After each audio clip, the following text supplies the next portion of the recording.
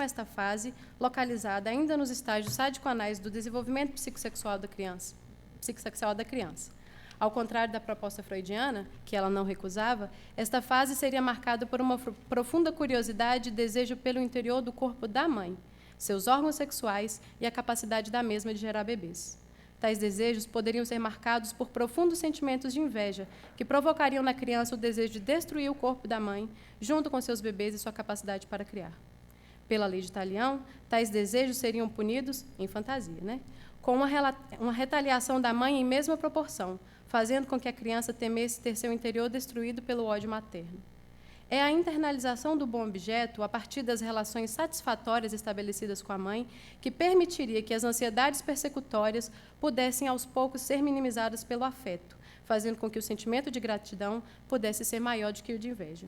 Se isto ocorre, a menina que adiante tornar-se-á mulher poderá realizar o desejo de ter seus próprios bebês, encontrando na mãe uma boa identificação materna que lhe possibilitará exercer a maternidade.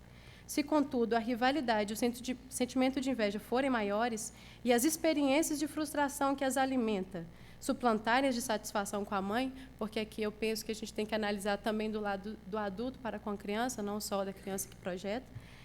Então, há algo nessa relação que é mantida também pela mãe ou pelo adulto que está em relação.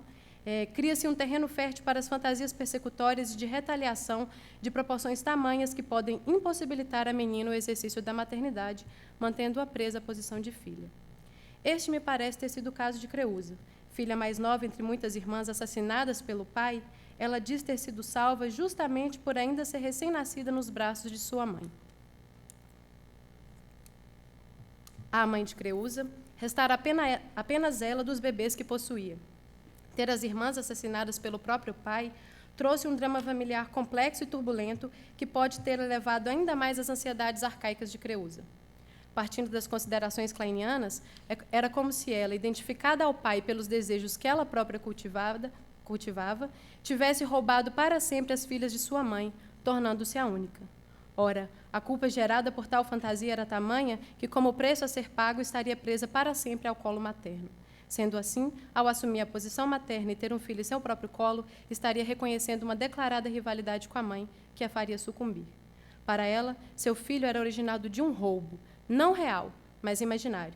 No caso de Creusa, a origem da adoção, na verdade a impossibilidade desta, está afirmada nas forças inconscientes mais precoces e no entendimento do filho como fruto de um roubo. Há ainda outro ponto que parece conectar-se a estas interpretações. Negado o exercício da maternidade, também estaria negada a sexualidade adulta Creusa.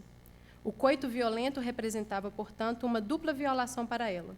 Primeiro, do seu corpo, do seu desejo, de sua dignidade, por ter sido sem o seu consentimento. Em segundo, da sua posição subjetiva, pois a retirava de seu lugar de donzela, casta e infantil, arrancando-a dos braços de sua mãe para onde não poderia mais retornar. Ela mesma que diz que é pela mãe que chama quando a pola violenta. Toda essa complexidade de fantasias e paixões atravessa a relação de Creusa e Ion, fazendo com que ambos oscilem entre idealização e tentativas de assassinato, até que, no fim, alcançam uma reconciliação. Parece que o segredo, que paira sobre a peça do início ao fim, permite que algo dessas fantasias, principalmente as mais destrutivas, encontre alguma vazão. A essa ideia do segredo que opera uma função, eu agradeço a contribuição da minha amiga e colega Alice Portugal. Ganhando lugar sem que cumprisse seu objetivo final, a agressividade e as fantasias de assassinato puderam ser esvaziadas. Isso também possibilitou que houvesse furos na idealização de ambos, fazendo com que a separação incomunicável entre o bom e o mau objeto pudesse dar lugar ao objeto real, que frustra e também satisfaz. Esta é claramente uma interpretação bastante otimista do fim da peça, que, na realidade, causa estranhamento por um desfecho tão apaziguador para histórias tão violentas e viscerais. O segredo se manteve e o pacto de silêncio entre mãe e filho parece preservar mais do que a filiação de Ion ao pai humano e a falta cometida por Apolo. É possível pensar neste silenciamento, que nunca é total, em analogia ao recalque, que representa o pacto que todos nós, pais, mães, filhos, adotivos por filiação biológica ou não, devemos fazer para que possamos conviver com as forças das paixões inconscientes que permeiam o psiquismo de cada um. Todavia, bem sabemos o quanto o recalcamento pressupõe o seu retorno que se dá, muitas vezes, através do ato. Na peça, o ato toma o lugar da palavra, como constantemente observamos na vida e na clínica. o que parece nos apontar para a importância da escuta dessas fantasias e desejos ambivalentes, não só em casos de adoção judicial, que parece ser um cuidado cada vez mais frequente por parte dos clínicos que se dispõem a este trabalho, mas também em todo o processo de adoção e de filiação.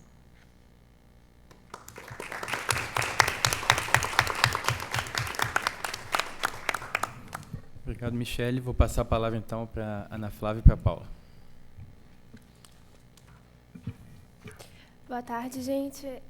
Meu nome é Ana Flávia e eu escrevi um artigo, né, junto com a Paula. E, primeiro, a gente gostaria de agradecer a oportunidade de estar aqui, né, principalmente ao Fábio e a todos vocês que vieram para ouvir. Então, primeiro, eu queria fazer um comentário, porque o nosso filme, o filme que a gente se propôs a analisar, é japonês. E o que vai influenciar muito, assim, na história do filme é a questão da cultura japonesa, que tem muitas particularidades. Só que, como o tempo hoje é limitado, a gente não vai entrar nesse assunto aqui, mas só para lembrar mesmo que a gente destacou isso no artigo completo, né, que é relevante. E outro detalhe é que, como os nomes dos personagens são em japonês, obviamente, é muito complicado, né, para a gente ficar identificando quem é quem. Então, a gente definiu, para ficar mais fácil para todo mundo entender, como pai 1, pai 2, mãe 1, mãe 2. Tá, fica melhor. Enfim, o nome do artigo é Pais e Filhos na construção de uma nova lógica parental.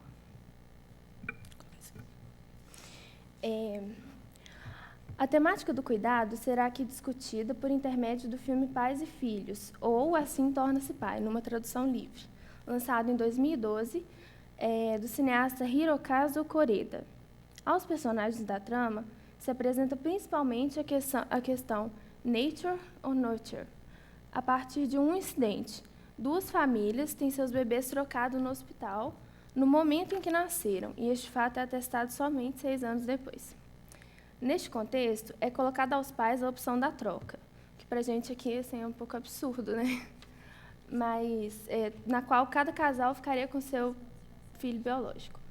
A partir desse ponto, é questionada a importância do sangue e se esse realmente se sobrepõe ao cuidado. Tomaremos também por base a teoria winnicottiana do cuidado, mas de forma crítica, de modo a desconstruir o que muitas vezes o autor colocou como regra: o cuidado do bebê necessariamente sendo vinculado à mãe. Considerações que levam a essa conclusão são aqui questionadas, principalmente pelo fato de o pai, nessas circunstâncias, ser colocado como um simples coadjuvante. É uma tese que reafirma a heteronormatividade, se justificando em um jogo de forças que envolve estruturas engessadas nessa sociedade, e por isso é aqui tomada como uma dobra ideológica. No que se refere ao filme, mais especificamente, são retratadas duas famílias. A protagonista, detentora de alto poder aquisitivo, dispõe de um pai ausente, workaholic e rígido, Ryota no Nomiya, pai 1. A mãe é uma mulher submissa e silenciosa, Midori no Nomiya, a mãe 1. E, por sua vez, é incumbida de cuidar do único filho, Keita, de 6 anos. A outra família, muito distinta da primeira, é menos favorecida financeiramente, tem um perfil mais flexível, com um pai, Yu Daisaiki, o pai 2, que é carinhoso com os 3 filhos, e uma mãe, Yukari Saiki, a mãe 2, que trabalha fora para ajudar no sustento. O conflito entre as duas famílias, gerado pela troca dos filhos, é alimentado pela grande dessemelhança de valores. Quando de fato cedem as pressões e ocorre a nova troca das crianças, a primeira família, principalmente Ryota, o pai 1, tem de rever seus conceitos a respeito do sangue e do cuidado. Agora, a respeito dessa família protagonista. Inicialmente, quando a família Nonomiya tem conhecimento a respeito da troca, o pai logo diz que já sabia, pois seu filho não se assemelhava a ele como deveria. A mãe, que supostamente possui uma conexão primordial com o filho, é culpabilizada e se culpa por não ter reconhecido o erro do hospital de imediato. Essa culpabilização é nutrida justamente pela ideia que defende Winnicott e a sociedade heteronormativa como um todo, atrelando funções de cuidado ao gênero, como função de mãe e função de pai. A função de Midori era saber, logo após o parto, que seu filho fora trocado. Só se for mágica, né, gente? Ryota aparece como o pai perfeito de uma família perfeita. Fornece o que Winnicott chamou de holding em relação à mãe, aqui essencialmente financeiro. É um pai que também, como colocado por Winnicott, representa o que há de duro e severo na mãe. Ele é a lei que se legitima pela via facilitadora existente na cultura. Em decorrência dessa rigidez, a aproximação pai-filho é mínima, o que viabiliza o pensamento de Ryota a respeito da troca. Em seu raciocínio, ele e seu filho não são próximos, porque este, na verdade, não possui o seu sangue e, portanto, não é seu filho de fato. Essa relação tímida entre pai e filho parece não ser decorrente da inexistência de uma ligação genética entre eles, já que Ryota percebe que seu filho biológico também não se assemelha a ele, mas sim de expectativas não alcançadas por parte de Ryota. Pai 1. Toda sua rigidez em relação ao filho remonta à sua própria relação com o pai, e um desejo narcísico de ver a si mesmo em Keita, concretizando seus sonhos não alcançados. À medida em que Ryota percebe que o cuidado se sobrepõe ao sangue, o que nos parece ter sido um falso si mesmo que se formou sobre ele vai sendo dissolvido gradativamente. Aqui a gente acolhe, né, o termo do Winnicott. No que se refere a Keita, acolhemos também a ideia do Winnicott de que o garoto pode ser visto como uma criança reativa. Sua infância é permeada por limites muito rígidos, levando-o a se tornar uma criança que, sem liberdade para se expressar espontaneamente, apenas reage ao ambiente, apresentando um estado de alerta constante. Sendo assim, Keita age como um robô que realiza suas atividades de forma nada natural, o que também pode constituir um falso si mesmo. Obrigada. Boa tarde a todos e a todas. Eu sou a Paula. E eu vou apontar aqui agora algumas questões acerca da consanguinidade e da transgeracionalidade, ambas em confronto com o cuidado. Bom, a trama que se desenrola ao longo do filme, permeada pela angústia da dúvida acerca da troca ou não das crianças, evidencia a discussão entre a relevância da criação versus a genética. A importância que o sangue parece ter, principalmente para os personagens masculinos da primeira família, se destaca em passagens do filme como, abre aspas, isso é o sentido de família, que os filhos cresçam para ficar iguais aos pais, é uma questão de sangue, como é declarado pelo pai do Ryota, pai 1. Né? Ao embasarem sua argumentação na questão do sangue, as personagens estão reforçando uma via facilitadora da cultura. Abre aspas. A análise iconográfica leva-nos a concluir que o sentimento de família era desconhecido da Idade Média e nasceu nos séculos XV e XVI, para se exprimir com um vigor definitivo no século XVII.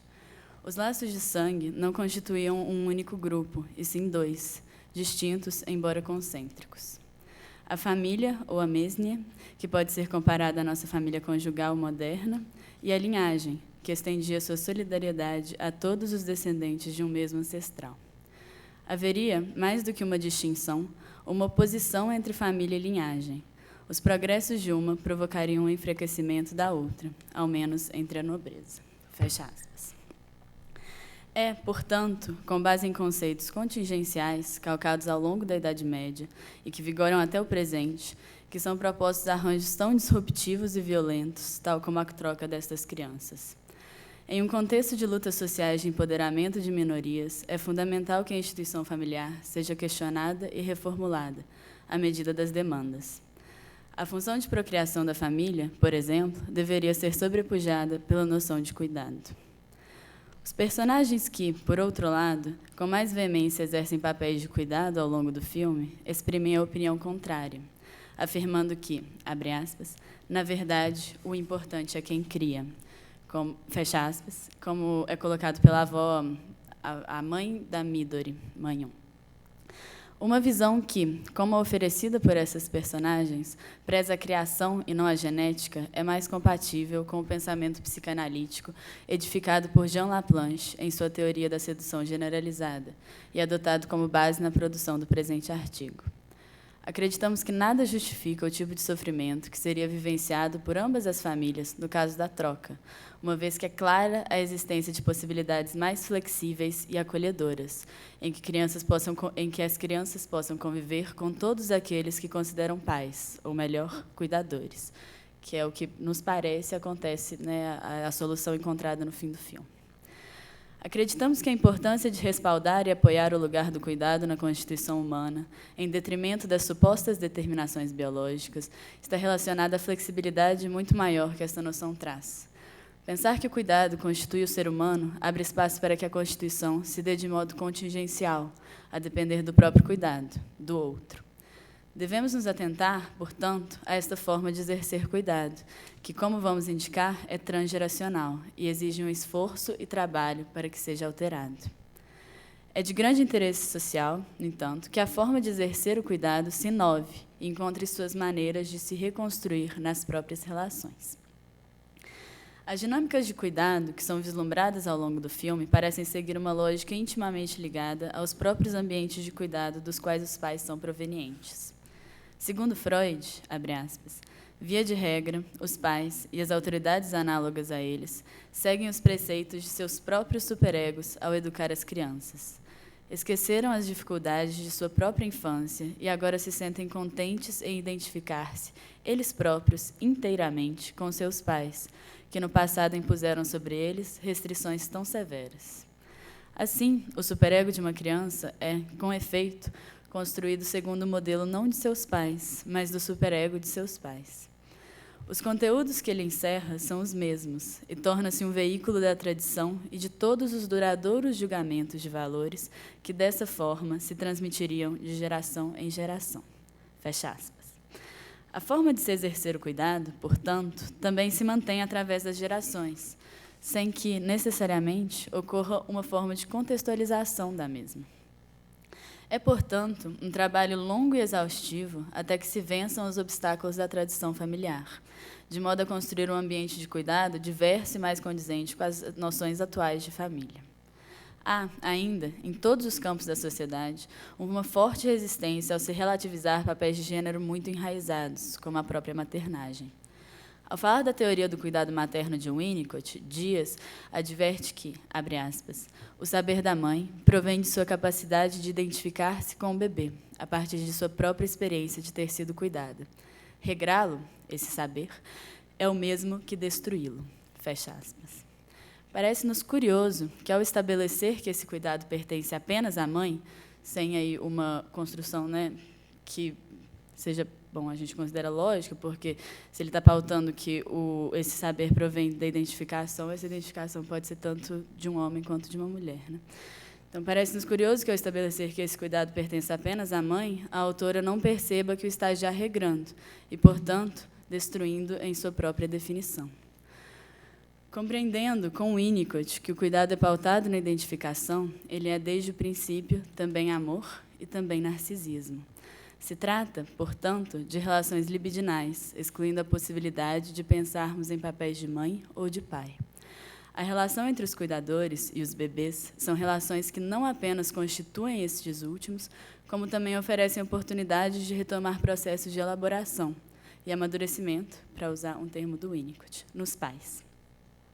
Pensar nessa dupla via, a do adulto para o bebê, mas também a da relação com o bebê como reencontro com seu narcisismo primitivo, torna possível imaginar o efeito terapêutico da frase de Yudai, que é o pai 2, endereçada a Ryota, que é o pai 1. Abre aspas. Nada te obriga a ser como seu pai foi. Por favor, solte pipas com Ryusei. Essa frase é muito bacana, ela está numa parte do filme em que acontece, de fato, a troca entre essas crianças. As duas famílias decidem passar um final de semana, uma tarde, num lago, num rio. E essa é a conclusão do diálogo que acontece entre os dois pais nesse momento. Concluímos, então, sugerindo que podemos ver esse filme como uma metáfora que nos auxilia na desconstrução de uma fantasia fixa e obsessiva, a saber, o laço de sangue é uma garantia que o triângulo amor, identificação, narcisismo irá girar sem conflitos e sem tensões. A partir da psicanálise, no entanto, fica evidente que o cuidado libidinal é o que põe em movimento aquele triângulo. Ryota descobre que o sangue não pode nem selecionar qual das crianças é seu filho de fato e nem o obrigar a repetir com seu filho a história que teve com seu pai. Essa descoberta da origem traumática da compulsão à repetição é também a condição de possibilidade para se propor a alguma mudança possível. Em alguma medida, o filme é uma metáfora importante sobre como algumas fantasias impediram o reconhecimento do cuidado como pulsional, isto é, como estando ligado à história libidinal de cada pai. Então, logo abandonamos estas fantasias garantia, somos convocados ao trabalho de amor, no 1 a 1, entre pais e filhos. Obrigada.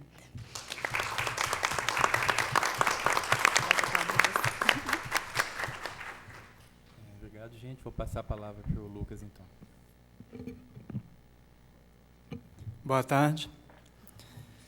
O meu artigo ele se chama O Amadurecimento de Kafka, a teoria winnicottiana aplicada à obra Carta ao Pai. A teoria do amadurecimento pessoal é o aspecto central do pensamento de Donald Winnicott e representa um avanço incontestável à teoria psicanalítica. O autor descreveu processos fundamentais enfrentados pelos indivíduos nas etapas primárias da vida e a influência ambiental sobre estes, possibilitando uma prática clínica baseada na detecção de conflitos oriundos das falhas ambientais vivenciadas. Winnicott considerou que os aspectos experimentados individualmente durante os primeiros anos de vida gerariam consequências emocionais importantes, que estariam baseadas na relação da criança com seus cuidadores, e que um trabalho psicoterápico seria então possível quando baseado na regressão aos estágios primitivos, cabendo ao terapeuta ser alvo de transferência em relação aos afetos parentais, proporcionando a construção de um novo ambiente ideal para o amadurecer. Winnicott, entretanto, não foi capaz de romper com alguns limites da psicanálise vigente em seu tempo, limites estes de origem cultural e que apresentam contradições frequentes à própria constituição do seu pensamento psicanalítico. A rígida manutenção da díade familiar mãe-filho e a experiência paterna excessivamente calculada representam a impossibilidade de rompimento com alguns dos aspectos mais expressivos de uma herança cultural burguesa europeia, o que evidencia uma naturalização da condição humana e uma negligência sobre como a cultura afeta o comportamento. Foucault, em História da Sexualidade 1, explicita como a definição de uma família heteronormativa é ideal ao funcionamento do coletivo sob discurso sexual e repressivo burguês. Palavras de Foucault. Mas é a primeira vez em que, pelo menos de maneira constante, uma sociedade afirma que seu futuro e sua fortuna estão ligados não somente ao número e à virtude dos cidadãos, não apenas às regras de casamentos e organização familiar, mas à maneira como cada qual usa seu sexo. Eu acho que dá para retomar, então, a ideia de Foucault de disciplina por meio do sexo e de controle em Deleuze. A biologização heteronormativa dos indivíduos cria categorias como maternidade e paternidade, que definirão imperiosamente o que homens e mulheres devem representar no processo de cuidado de uma criança. Essas funções pré-determinadas também resultarão em um objetivo sexual específico para a criança em questão, baseado em relações de poder entre homens e mulheres, em uma lógica genitalizada que cumpre funções específicas. Laplanche apresenta um pensamento crítico sobre a compreensão da experiência humana a partir da legitimidade de um comportamento fisiológico inato, que atenda aos interesses dos paradigmas tradicionais de pensamento. Ao discutir em suas problemáticas a castração e suas simbolizações, demonstra como o comportamento sexual, baseado no funcionamento fisiológico, que atende à moral consciente, não é suficiente na explicação dos inúmeros destinos pulsionais. O objetivo deste trabalho é criticar o conceito de homem e de pai contidos na obra winnicottiana, utilizando a ideia de homem presente na obra Carta ao Pai de Franz Kafka, escrita em 1919, como forma de ilustrar como os papéis de gênero oriundos da cultura moderna europeia criam intensas repressões que afetarão de múltiplas formas no trabalho de cuidado de uma criança e, consequentemente, na saúde mental do indivíduo adulto, imerso em moralidade. A personagem masculina central em Kafka representa toda a angústia de um doloroso processo de formação de personalidade de gênero em uma época de costumes rígidos. É perceptível como o código moral em questão é mais propício ao desenvolvimento de indivíduos neuróticos, em contraste ao que foi observado por Winnicott. O tradutor Marcelo Bax aponta no prefácio de O Processo, publicado póstumamente em 1925, que Theodor Adorno, marxista tardio, teórico da Escola de Frankfurt, disse: os protocolos herméticos de Kafka contêm a gênese social da esquizofrenia e assinalou em Kafka a essência do mundo moderno.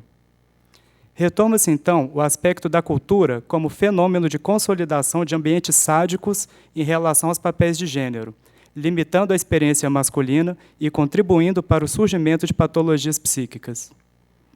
O método de leitura crítica tem como objetivo a observação das estruturas de poder que se apresentam culturalmente ligadas pelo discurso acadêmico-científico e que perpetuam, por meio da linguagem, ideologias favoráveis à manutenção dos interesses de hierarquias dominantes.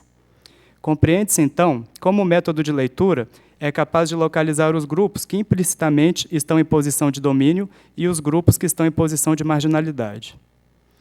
O método foi estabelecido pela Escola de Frankfurt sob a influência do pensamento marxista e procura emancipar os indivíduos dos contextos de opressão mantidos pelo sistema econômico capitalista.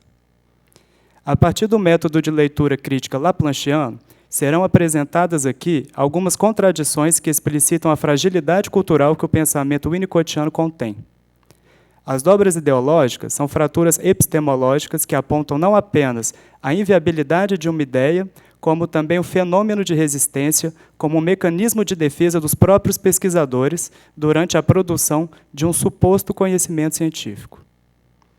A experiência masculina, atrelada aos afetos despertados pelas situações artificialmente fálicas, criam vias facilitadas de investimento pulsional, mas o indivíduo que não se compreende dentro desse destino poderá estar em vulnerabilidade psíquica, propenso a destinos pulsionais ilegítimos pela cultura, o que poderá originar sofrimentos.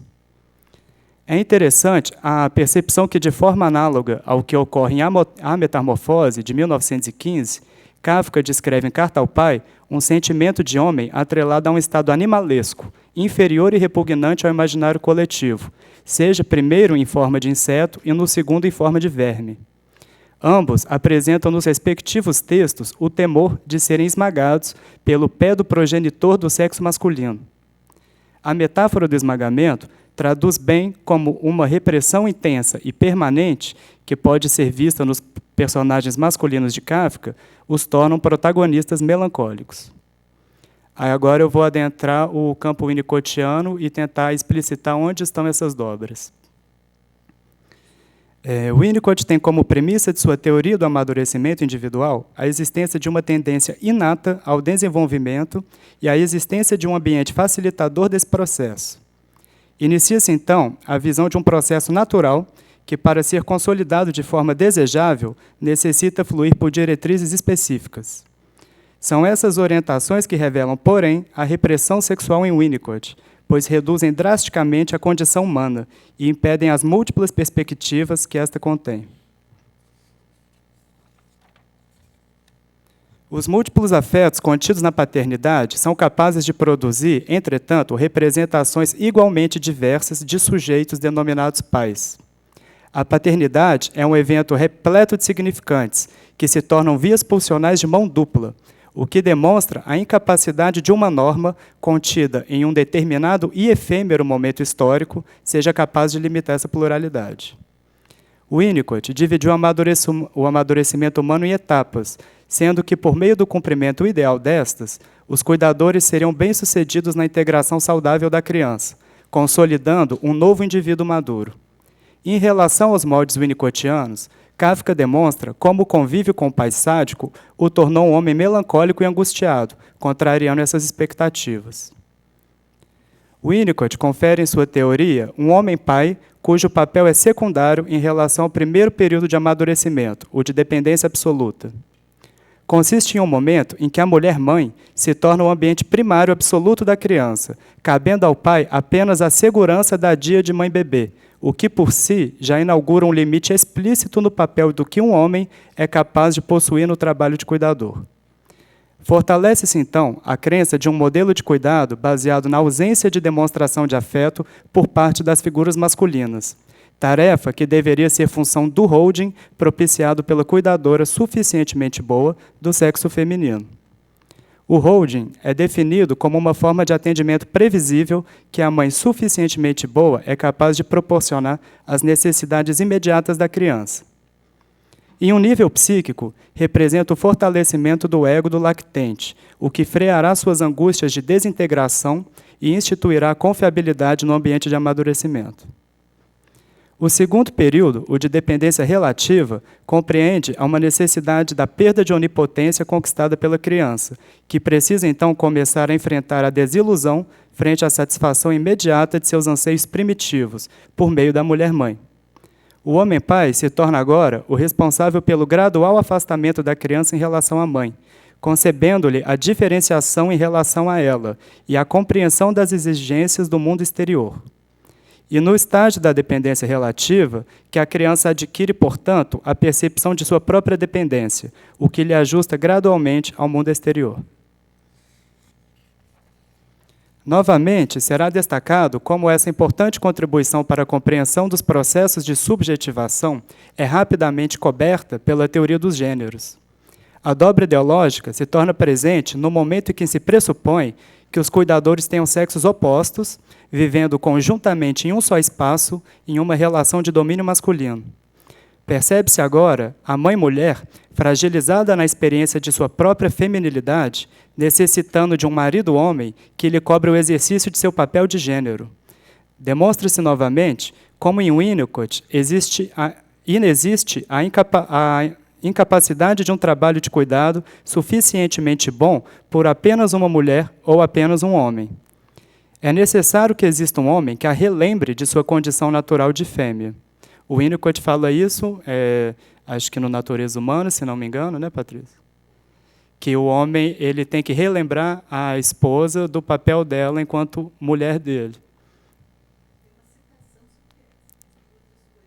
Uhum.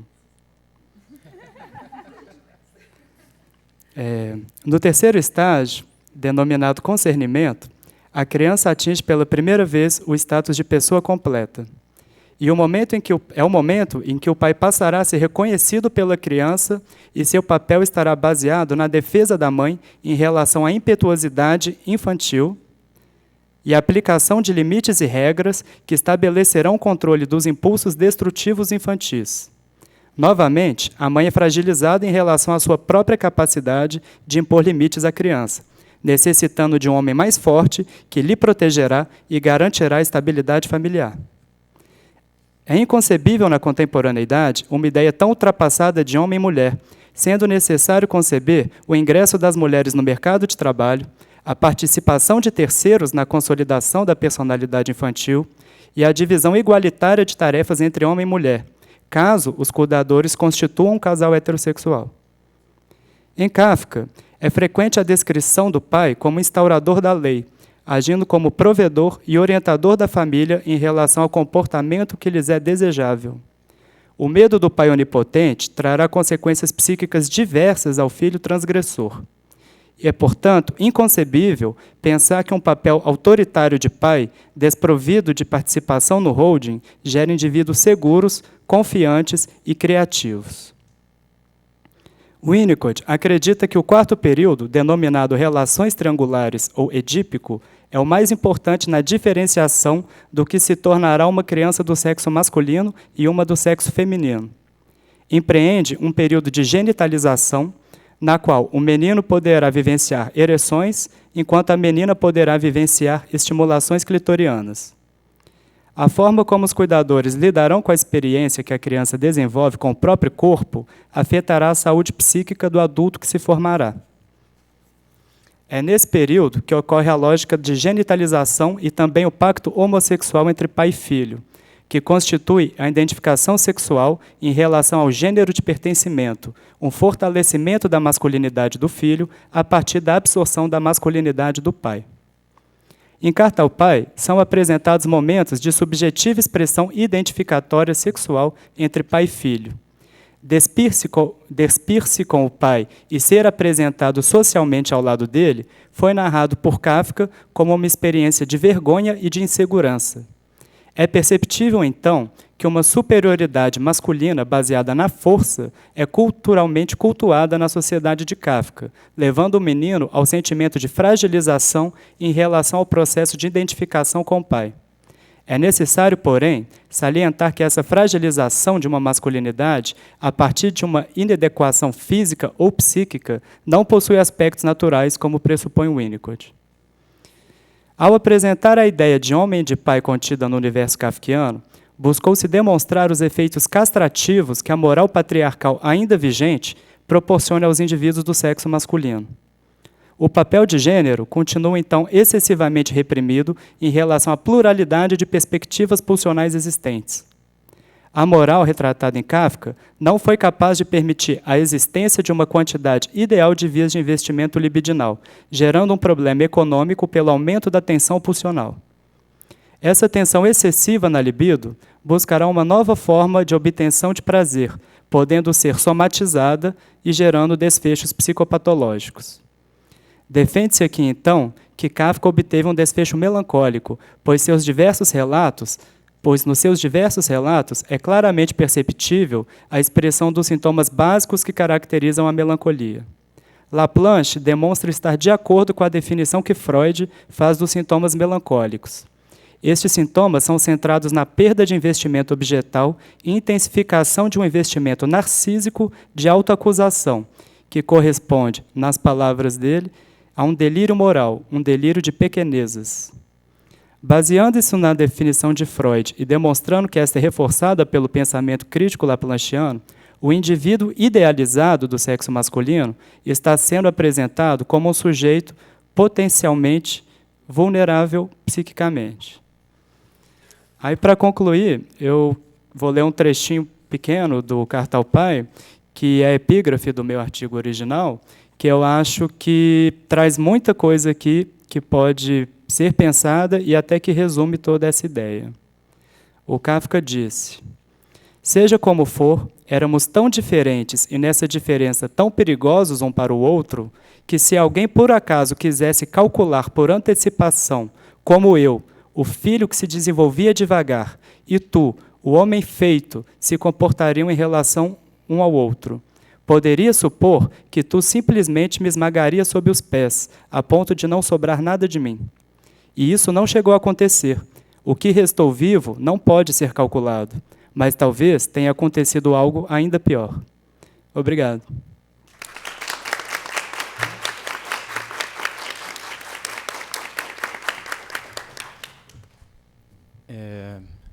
Tá ligado aqui, tá, né? Tá baixo? Deixa eu aproximar. Diminuir o volume um pouco, estava chiando no início, né?